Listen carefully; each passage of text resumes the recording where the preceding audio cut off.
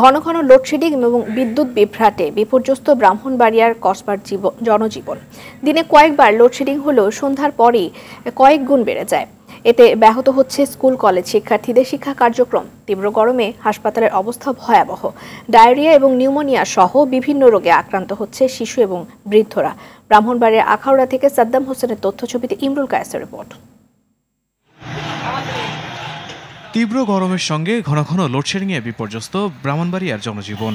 দিনে রাতে মিলিয়ে প্রতিদিন 8 থেকে 10 ঘন্টা করে লোডশেডিং হচ্ছে জেলার কসবা উপজেলায়।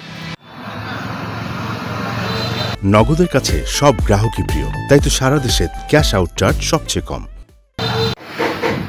তীব্র গরমের সঙ্গে ঘন ঘন লোডশেডিংয়ে বাসাবাড়ি, ব্যবসা প্রতিষ্ঠান থমকে গেছে। বেশিরভাগ সময়ই বন্ধ থাকছে কলকারখানার যন্ত্রপাতি, ফলে ধস নেমেছে ব্যবসা বাণিজ্যে। 2-1 দিন লোডশেডিং কম থাকলেও বিদ্যুতের লো ভোল্টেজের অভিযোগ স্থানীয়দের। সেই সাথে তীব্র গরমে হাসপাতালের অবস্থাও ভয়াবহ। বেড়েছে ডায়রিয়া, নিউমোনিয়া সহ নানা রোগে আক্রান্ত রোগীর সংখ্যা। বসতবাড়ির পাশাপাশি হাসপাতালেও ঘন ঘন লোডশেডিং ভোগাচ্ছে রোগীদের। লিভে দিতে পারি না, কারেন্টের সমস্যা হইতেছে, কাজ করতে পারি না, কারণ সব বৈশা থাকে। রাতে মনে করেন 9টার পর থেকে কারেন্ট থাকে না। কারেন্ট না থাকলে আমরা কাজকর্ম করবো বলেন। আইসি বাচ্চা লইয়া বাচ্চা ফাতলা পায় না, কারেন্ট থাকে না, কারেন্ট ডিস্টার্ব। সন্ধ্যা রাতে কারেন্ট গেছে গা, শেষেই তো কারেন্ট গেছে গা। এই বাচ্চা লইয়া সারা রাতেই কষ্ট।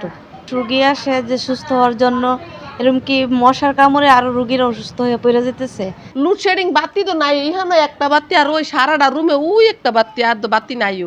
কসবা উপজেলায় দিনে 26 মেগাওয়াটের চাহিদা থাকলেও 19 মেগাওয়াট, আর রাতে 34 মেগাওয়াটের জায়গায় পাওয়া যায় মাত্র 23 মেগাওয়াট। নগদের কাছে সব গ্রাহকই প্রিয়, তাই তো সারা দেশে ক্যাশ আউট চার্জ সবচেয়ে কম। এ কারণেই লোডশেডিং বলে দাবি এই কর্মকর্তার। দিনের বেলা দেখা যায় যে লোডশেডিংটা আমাদের করতে হচ্ছে আপনার 6 থেকে 7 মেগাওয়াট বা 8 মেগাওয়াটের মতো, আর রাতের বেলা করা লাগতেছে 11 থেকে 12 মেগাওয়াটের মতো। আর যদি আমি ঘন্টা অনুযায়ী বলি তাহলে 24 ঘন্টাতে আমরা বিদ্যুৎ মানে কসবা পৌরসভাটা বাদে আর কি সাইডে আমরা 6 থেকে 7 ঘন্টার মতো লোডশেডিং করা লাগে, আর কসবা পৌরসভাতে আমরা 3 থেকে 4 ঘন্টার মতো লোডশেডিং করি। সেই চাহিদা অনুযায়ী আমরা লোডটা পাইতেছি না। আমরা যখন পাবো চাহিদা অনুযায়ী লোড, আমরা তখন সাপ্লাই দিতে পারবো। ইমরুল কায়েস, RTV।